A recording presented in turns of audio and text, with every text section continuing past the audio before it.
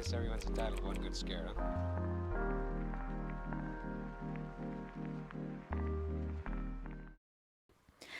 Okay.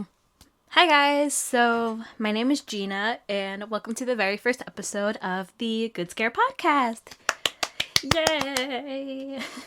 Okay, so as you could tell, this is my very first episode of my new podcast. It is called the Good Scare Podcast. I will be posting videos every single Sunday, and basically, I made this because I love talking about spooky things and scary, and I kind of wanted to make this to talk about that. I love horror movies. I watch them all the time. I love sitting down and analyzing different movies and stuff like that. I also love learning about different conspiracy theories and true crime cases.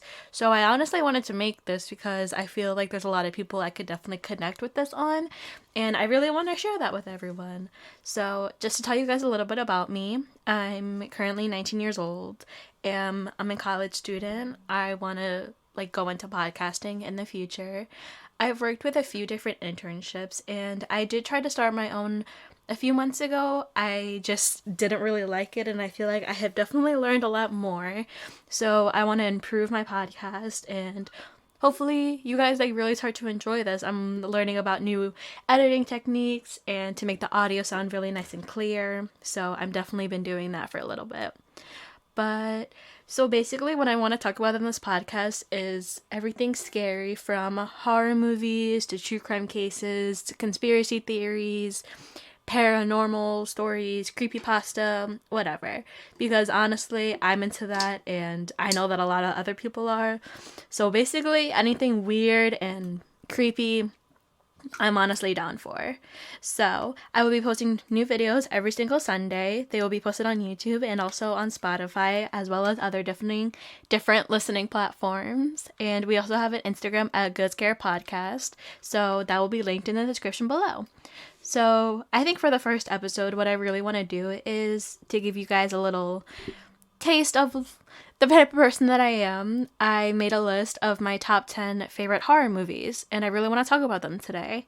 So I made this list a few days ago, and it's basically just my top 10 favorite horror movies of all time now. There's some that I haven't seen. I've seen a lot. There definitely are, I'm not saying I've seen every single horror movie, but these are just some of my favorites. And you know what? If you don't agree with my opinion, then that's okay. As long as everyone is respectful and nice about it. Because I already know. I'm nervous talking about the movie that I have for number 10 because I know people are going to be like, what the actual hell? Like, what is this girl on? And I don't know. I'm honestly into very cheesy movies and stuff like that. I love the type of movies where it's so bad that it's good. So that is definitely, I feel, where my number 10 spot lies. So honestly, let's just dive right into it. Fuck it. Okay, so for number 10 on this list, I have Bride of Chucky from 1998, directed by Ronnie Yu. Now, I don't want to hear anything about this because Bride of Chucky is one of the greatest Chucky movies. So, for those of you who may not know, Bride of Chucky is the fourth installment in the Child's Play franchise, but it's the first one of them to not be called Child's Play. It's called Bride of Chucky. Basically, it follows Chucky, the possessed doll, and he discovers his ex-girlfriend and basically turns her into his murdering doll possessed girlfriend. It's with Brad Dourif, the original voice of Chucky. He's still in it.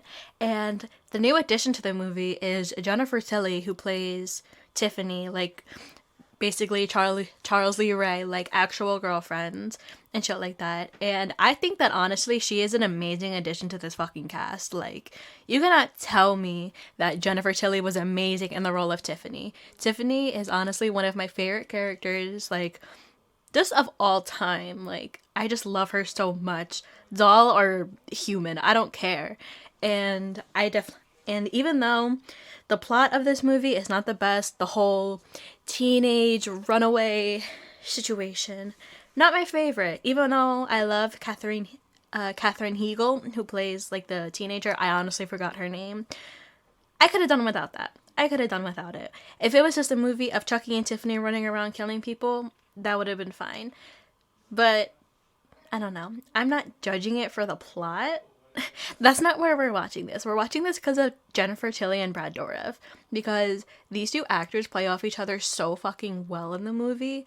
And I just love their dynamic, like, with their characters. Like, it makes for some of the best dialogue and, like, the funniest stuff ever. Like, honestly, I love this movie. I think it's, like, really funny. I would have put Seed of Chucky here, but I don't know. I kind of just have a stronger love for Right of Chucky. And I feel like even though it has like a weird ass plot and it makes like a lot of plot holes, like now they have to go find this amulet that wasn't in the first movie or any of the others. So now it's just like this new plot device and stuff. And you can obviously tell that it was influenced by a lot of like the horror movies in the 90s, especially Scream, the very meta concept of it all and how Chucky is so 80s and stuff like that. Like, it kind of just makes it for an interesting dynamic. And we are going to be talking about Scream a little bit later because I love that movie. And I think it definitely kicked off like the horror revival in the 90s almost as quickly as it killed it, sadly to say. At least for slasher movies, but I don't know. I kind of just have a strange love for Bride of Chucky. Honestly, it's just one of my favorite Chucky movies, to be honest. I do not accept criticism about this. Yeah, honestly, I think that, Final thoughts on Bride of Chucky. Bride of Chucky is amazing. It's like a comedy horror, obviously.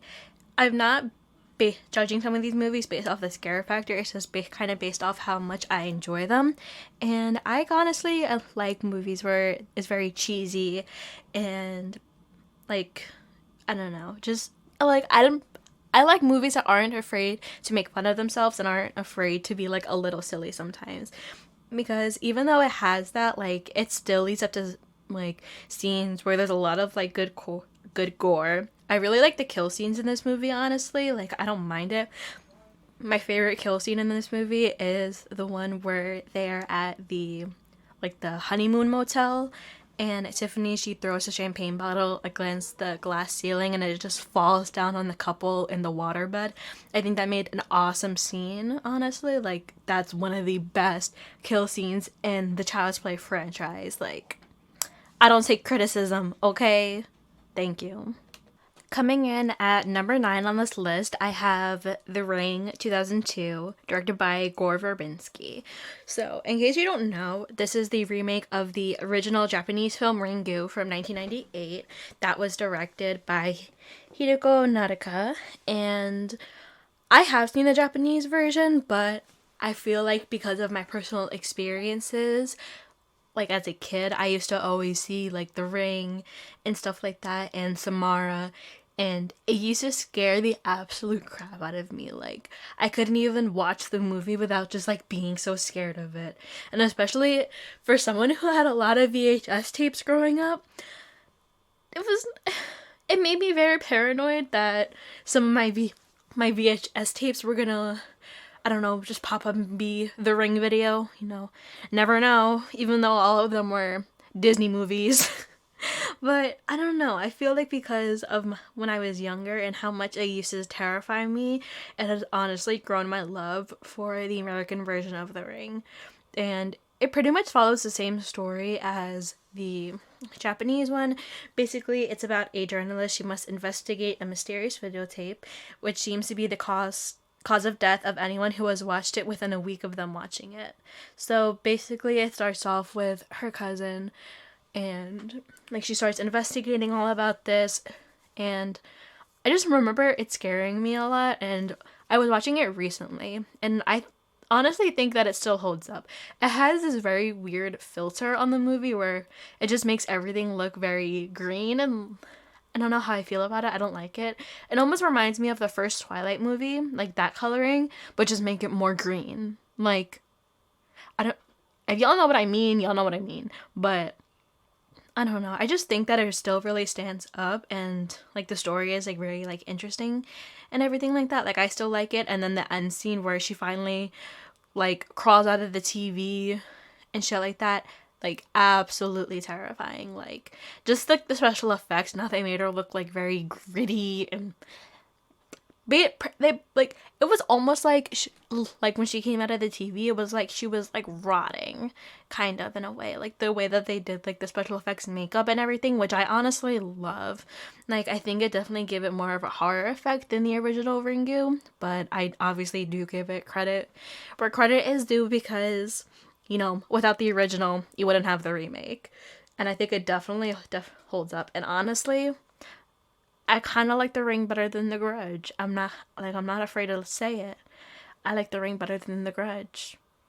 But also, if y'all are really into those movies, there's this movie. It's a Japanese movie. It's basically The Ring versus The Grudge. I think it's made in like 2016, and it's so funny. Like, it's kind of like the Freddy versus Jason of Japanese horror movies, but I don't know. It's just they're actually like, I don't know. It has like funny fight scenes, and it just looks like look ridiculous. Like you can find them on YouTube, and it literally just looks ridiculous. Like, oh my god. But yeah, so definitely check out the. I would definitely say check out the original of The Ring because obviously, like, it's the original. Check it out. But I do love the remake too.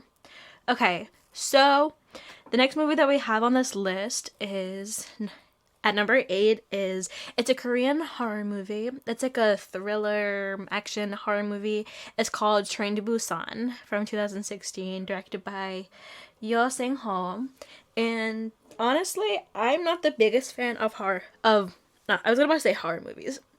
Obviously, I'm a horror movie fan, but I'm not the biggest fan of zombie movies, honestly. Like, they're just not really my thing. I feel like the only other zombie movie that I really like besides this and like one other is Zombieland, and that's not really like scary. It's just more funny and stuff like that. But I love Jesse Eisenberg, but this one actually makes it like really like, I don't know. I feel like the zombies are terrifying in this because it feels like the sense that it's very like real world. Basically, it's about a zombie virus breaks out in South Korea. Well, all of these passengers are going on a train to Busan, from Seoul to Busan, and like right as they're about to leave, a girl who has just been infected like gets on the train, and it just starts off this sequence of events where it's just one thing after the other, and you see how like easily the virus spread from one person like coming onto the thing.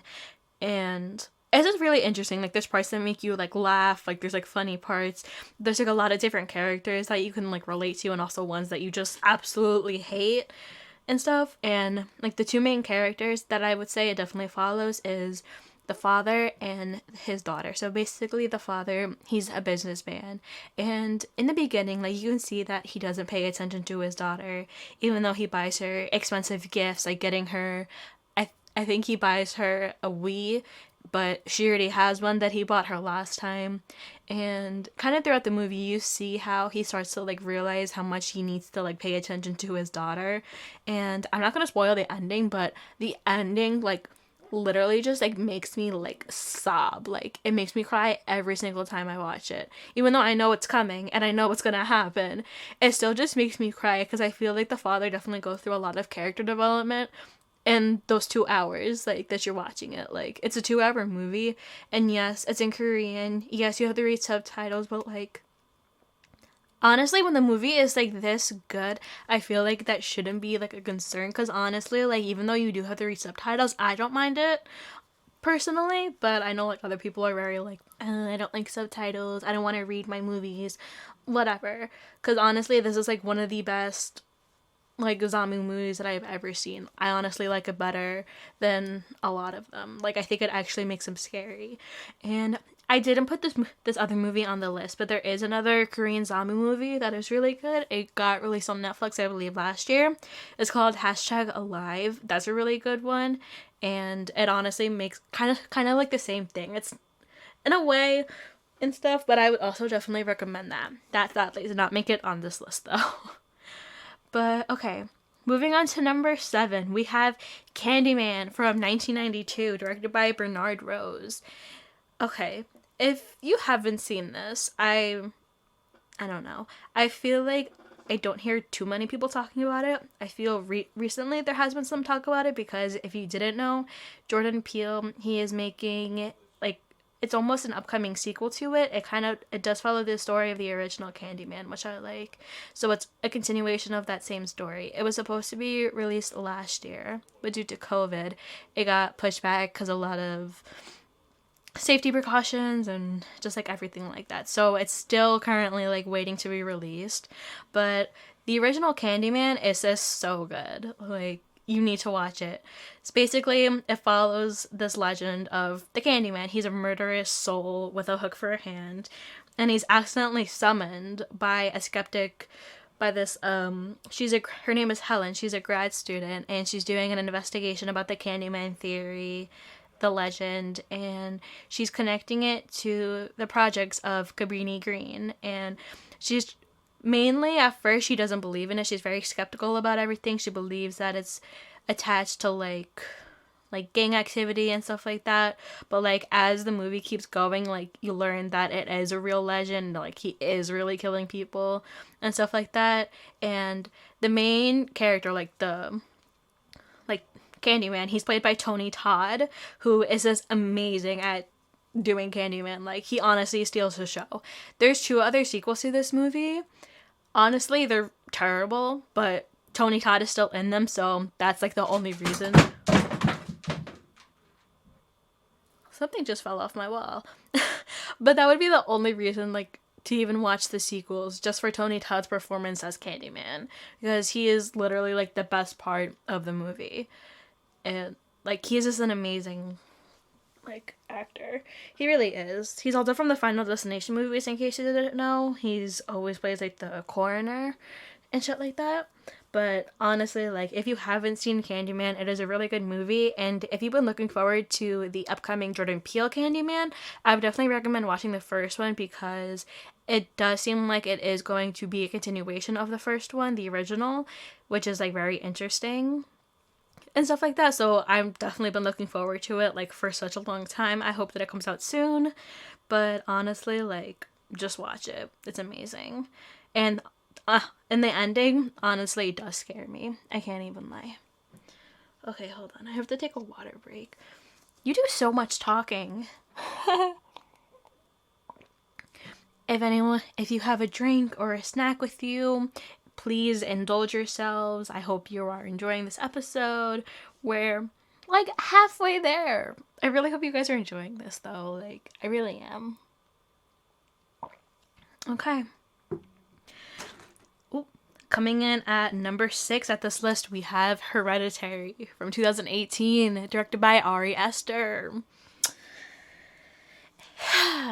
What hasn't I feel like so much has been said about Hereditary, and honestly, it deserves it. Like, it is such a good movie. I've heard so many people be like, oh, it was so stupid, and I'm like, how? Like, how could you even say that?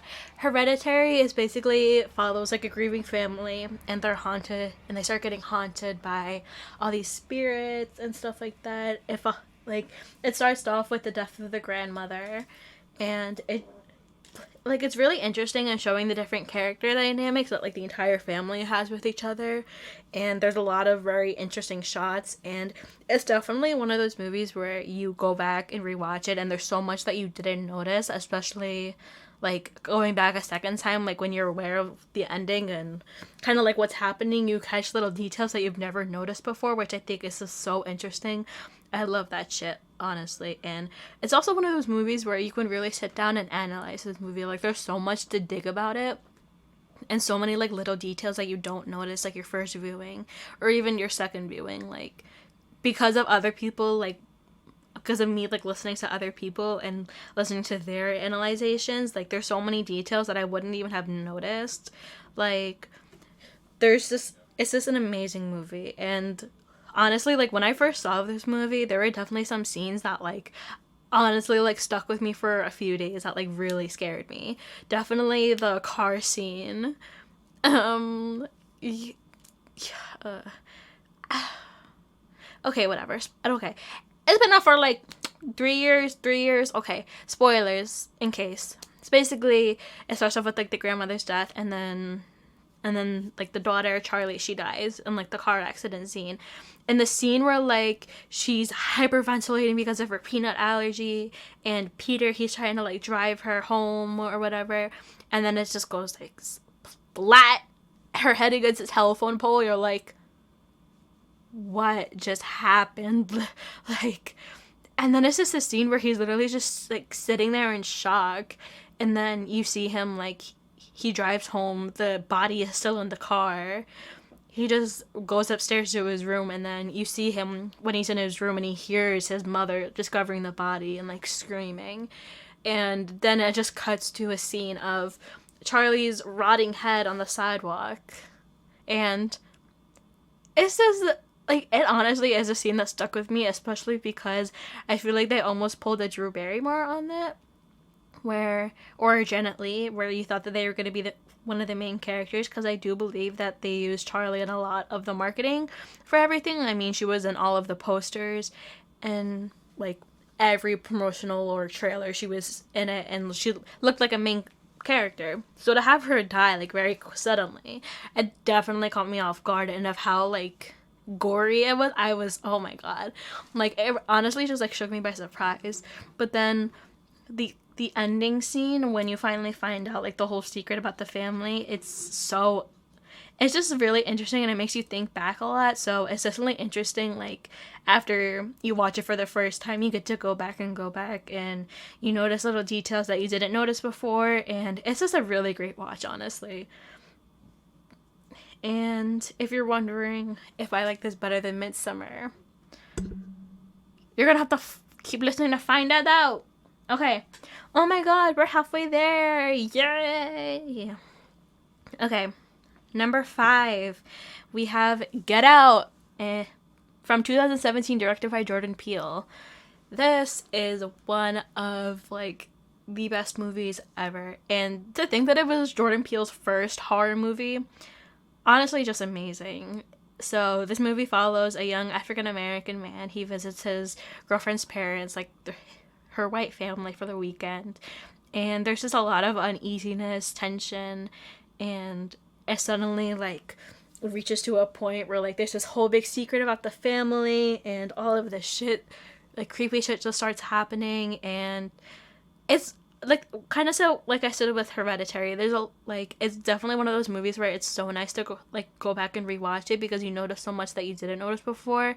And there's definitely a lot of symbolism in the movie that I also like, and it also just shows like there's like a lot of like the problems that like are still like prevalent in society. And to think like this movie came out in 2017, and there's still shit that you can like relate to, obviously, like especially like with today's like just like everything happening and shit like that. Like I think Jordan Peele does a really good job of showing like, I don't know how to explain it, honestly, but it's just such a good movie, and he's able to show like underlying racism like through different ways and stuff, like through like the family. And then like when the couple is driving there, they get stopped by a police officer, and of course like even though it was the girlfriend driving, the boyfriend, he gets stopped and like asked questions.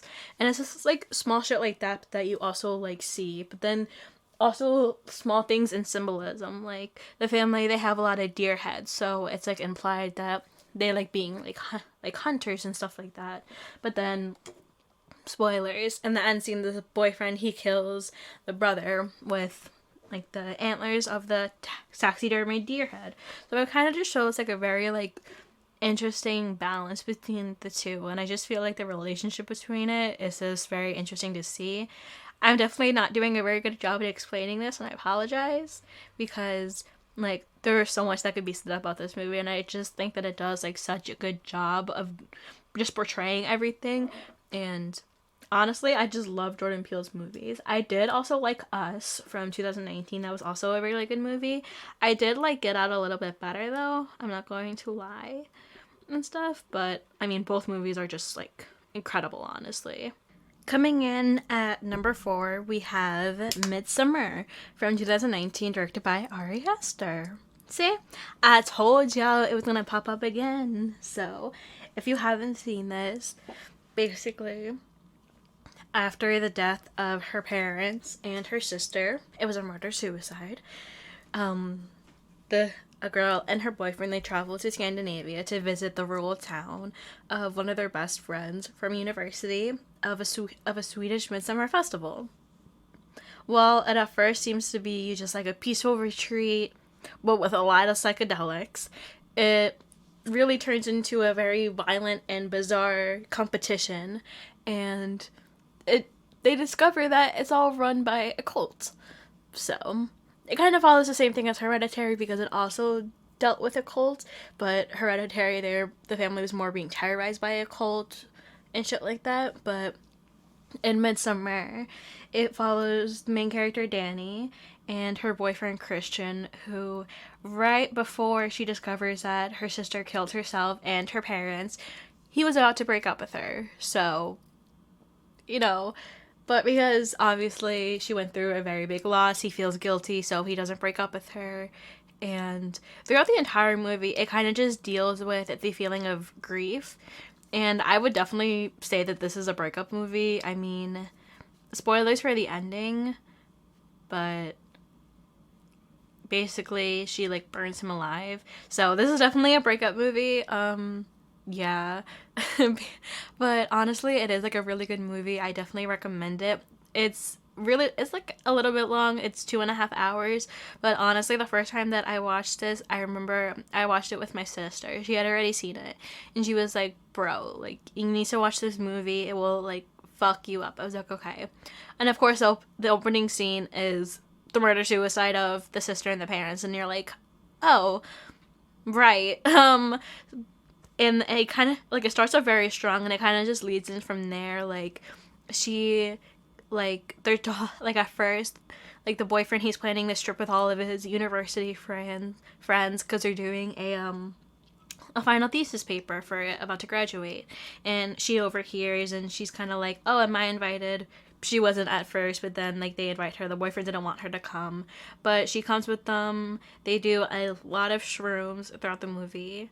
And there's just a lot of bizarre stuff that goes on. There's also two other friends that are there. There's another couple from England. They go missing like throughout the movie, and then one by one, the university friends, they also start to go missing, and they're like mysteriously killed. And it deals with like the one friend who brought them all there. His name is Pell.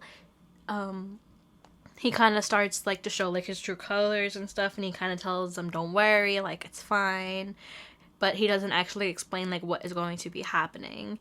And you kind of also get to learn about like the different things that happen in the cult. So like everyone is split up by like different age groups, and when you turn 75, you have to jump off a cliff and kill yourself. And if you don't die by jumping off the cliff, then they smash you with hammers. And yes, we do see this happen. Like this actually does happen in the movie. They're just sitting down eating a dinner with the two elders, and then they just be jumping off a cliff. And of course, Danny, the girl who has dealt with grief, she freaks out because obviously, and so does everyone else, like all the travelers and stuff, and everyone there is kind of just like they're normalized to it.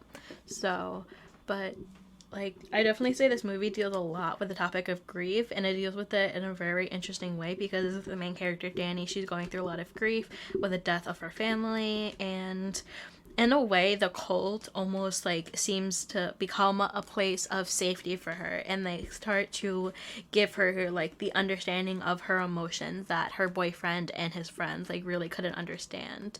Like throughout the movie there's scenes where the cult will begin to like, if someone is crying out in pain, they will cry with them. So it kind of gives the feeling of like empathy or like sympathy kind of, you know? So it almost makes her feel at home, and like by the end, even though like all of her friends have died and everything like that, it seems that Danny really has found like true happiness in this cult. And she is elected the May Queen, and she burns her boyfriend alive, and that's the end of the movie.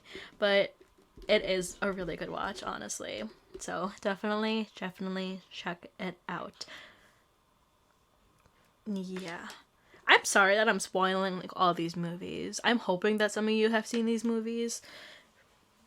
I'm sorry if you haven't, and I'm spoiling. That's a little too late for a spoiler warnings. Yeah. Okay, so now we're going into my top three. Okay, so at number three we have the original Child's Play from 1988, directed by Tom Holland, not the one who plays Peter Parker, obviously. And this was the OG Child's Play. Now, before I grew to love Chucky and like I was a fan of him, when I was younger, I used to be terrified of Chucky. And I remember like just one night being at my cousin's house and this was playing in the background, and it was a scene where like the mother, she discovers that Chucky is possessed, and I remember that just stuck with me, and like I would be terrified of this thing. Like it just scared me so much. Like I obviously didn't know like how stupid it was. Like now I do now. I mean, like still, like it is scary. Like I was actually rewatching this the other day because I had it on HBO Max, I believe, or in I forgot what streaming service it was, but they had it, so I was rewatching it. And in case you haven't seen it, it basically follows a single mother, and she gives her son a good. They're called good guy dolls, and she gives him one for his birthday. She gets it off like a peddler and like behind her job, and it starts off as almost a murder mystery where it's like it's giving you clues where everyone thinks that it's the son Andy doing it. Everyone thinks that it's him, and he keeps telling, no, it's Chucky. Chucky did it. Chucky told me to do it. So the first kill in the movie is the mom's friend. She was babysitting Andy like the first night that he gets the Chucky doll, and she falls out of the window, and everyone thinks that it's Andy because he has these slippers that look identical to the good guy shoes. So they had the same footprints and flour that had been knocked over. So, like, throughout the movie, it gives you hints that, like, that it's Andy, but obviously, as an audience member, you know that it isn't because the opening scene of the movie is the scene where the real life serial killer who possesses Chucky, his name is Charles Lee Ray. He's portrayed by Brad Dourif, which is also the voice of Chucky. He's getting chased by the police, and he ends up in a toy store. He gets shot, and he transfers his soul into one of the good guy dolls, and like that's basically how it is. So it was like when I was rewatching it, it was very interesting to think about because if you like didn't know what the movie was about, and obviously if you didn't have the context of the first scene, you wouldn't know that the doll is possessed. And then when it comes to the reveal scene where Andy, he's been like taken into police custody and like a child psychologist and stuff like that. So the mother, she goes home and she's checking out the Chucky doll, and she's like it's not moving obviously, and then she's picking up the box to go throw it away. And this is where we discover that the doll doesn't have the batteries in them, and that's like we as the audience, we're already aware that the doll is possessed, but also this is kind of like that scene where the characters finally realize it, that wait, something is wrong, like this doll is moving by itself. And then she threatens to throw Chucky in the fire, and that's when he finally reveals himself. And once he does, you just get an awesome scene of Brad Dourif just killing it with the dialogue as Chucky. He does an amazing job of writing all the dialogue, and he has done the voice of Chucky for most of the Child's Play movies. I don't know if he did it for the remake that they made in 2019. I'm not sure. I actually have yet to check it out because it just seemed like a very weird concept. But I probably will because I want to do a whole video talking about all of the Child's Play movies eventually. So look out for that in the future. But I mean, Brad Dourif is amazing as the voice of Chucky. Like, I really couldn't picture anyone else doing the voice, like the iconic voice of Chucky. And this is before he really had a lot of one-liners and like gag lines and like crap like that, but like he still does like an amazing job as the voice, like giving you like awesome dialogue and like so much personality. And honestly, for this being late 80s, I feel like the effects of like the doll Chucky, they really still hold up. Like, it was a pretty good animatronic that they used, and in some scenes they also used like a tiny actor like dressed as it and did forced perspective shots.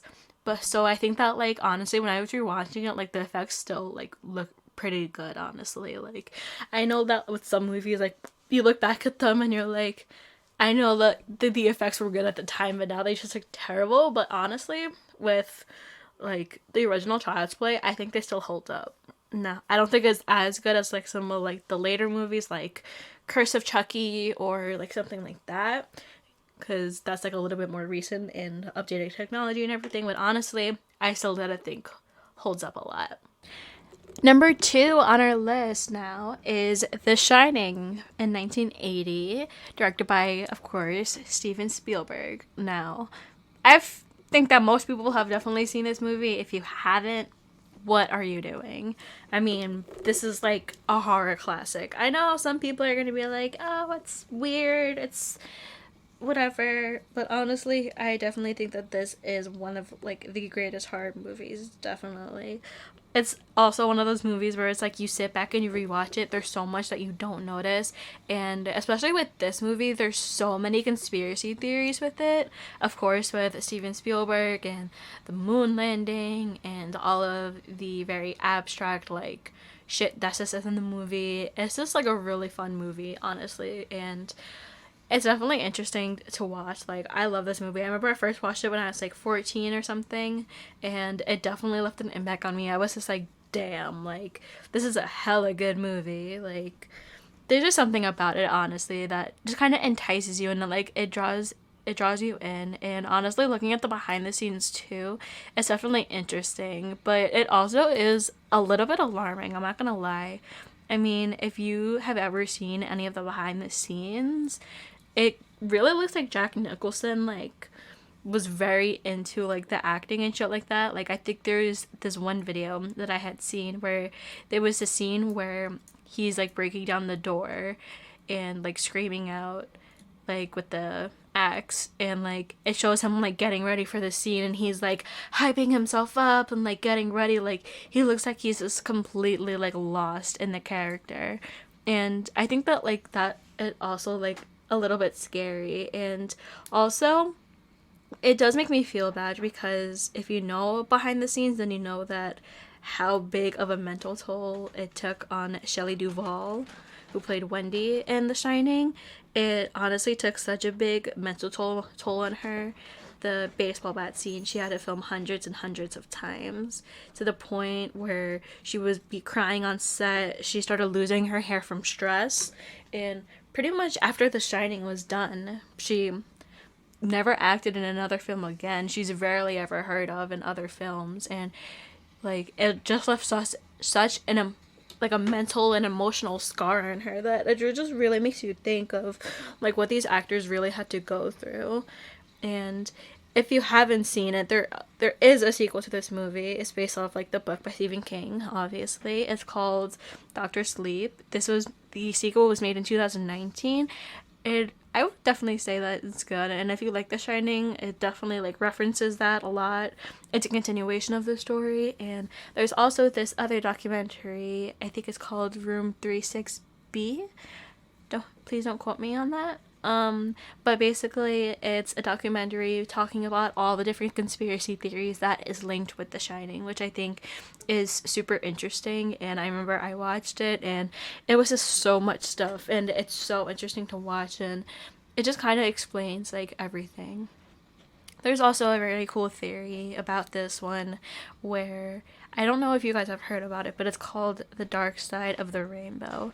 Basically, it's a whole theory where if you play Pink Floyd's The Dark Side of the Moon album in the sync with The Wizard of Oz, like the music will sync up with it.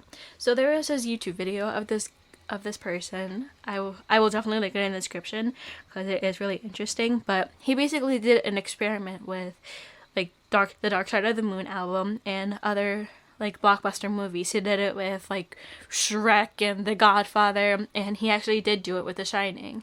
And it turns out that like with this movie, it actually like fit the Dark Side of the Moon album like really really well, and it was definitely interesting to see that. And like he went through some of like the key moments like when you play the two movies in sync with each other, and honestly like it's just really incredible. And I also love that this is going separate off, but in the movie there are like a lot of references to like to Native Americans and like the removal of the lands and stuff, and it talks about kind of like the past of like the hotel, which I think is like a really interesting part of it, definitely. And like I said, like there's just so much to unpack with this movie that like still it's been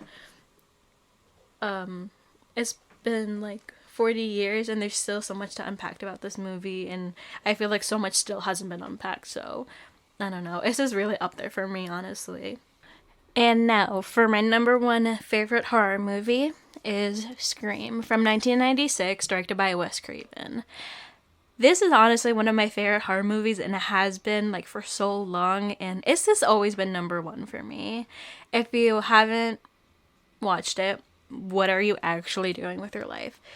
So basically it follows a teenage girl. Her name is Sydney Prescott, and this is the first year anniversary of her mother's death, and she starts getting terrorized by a killer in her town who targets her and her friends.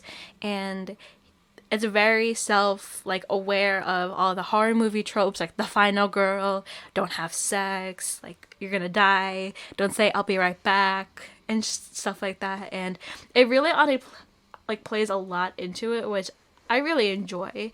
I don't think that it is very scary. It's not like terrifying, but it definitely gives you some good kills that I love. I mean, the gore in this movie is just amazing, and of course the iconic opening scene with Drew Barrymore. I mean, can we get much better? I can pretty much recite that like entire scene. Like it is just amazing. And I like how they also pulled a Janet Leigh on us, where it's like, because Drew Barrymore was such a big part of the promotional like aspect of everything when this movie was coming out. So it's so interesting to like just like think about that also, like when you're watching the opening scene. But also like it's really just such a good opening scene, honestly. Like it's incredible. But this honestly like really did kick off like the 90s revival of slasher movies, like honestly. And it's funny enough to think about it because it was kind of by the same director who almost caused the downfall of it, because so I know a lot about slasher films. So basically, like in my opinion, I feel like the slasher genre started to become more of a joke after Nightmare on Elm Street, because like with like the quirky one-liners and stuff like that, it kind of just made it into like a joke with like gag one-liners and like crap like that, and like a lot of ridiculous sequels and stuff. And I feel like a lot of movies fell into this trap, like Halloween, Friday the 13th, of course Nightmare on Elm Street, Chucky, I mean, yeah, and stuff. But I feel like Scream really did kick off like the revival of slasher films in the 90s, and it gave us like more self-aware commentary on these movies also. Like even though it played into these tropes, it was aware of them and like it poked fun at them. So this gave us movies like I Know What You Did Last Summer, and even the spoof movie Scary Movie was based off the first Scream movie. And I think even though Scary Movie was like a spoof of like all like the movies like Scream, I Know What You Did Last Summer, and The Blair Witch and stuff, it still was able to give like a really interesting take on the Scream story, and it still provided like a different twist at the end, which I really liked.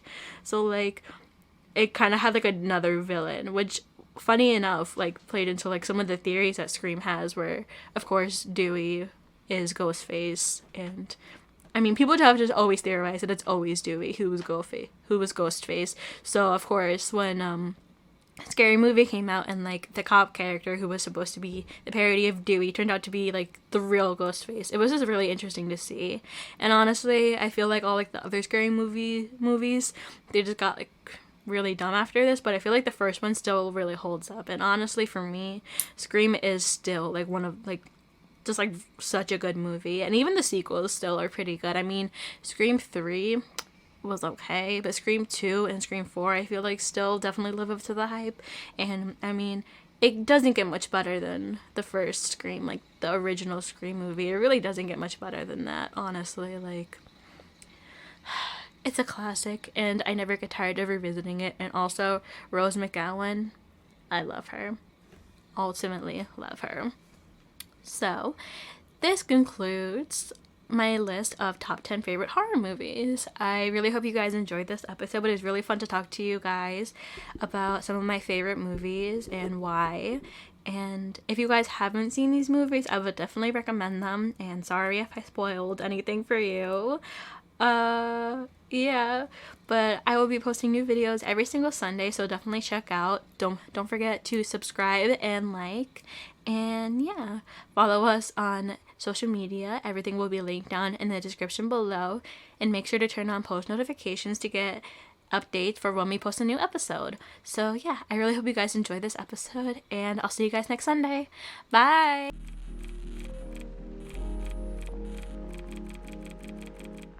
I guess everyone's entitled to one good scare, huh? See you guys next Sunday. Bye.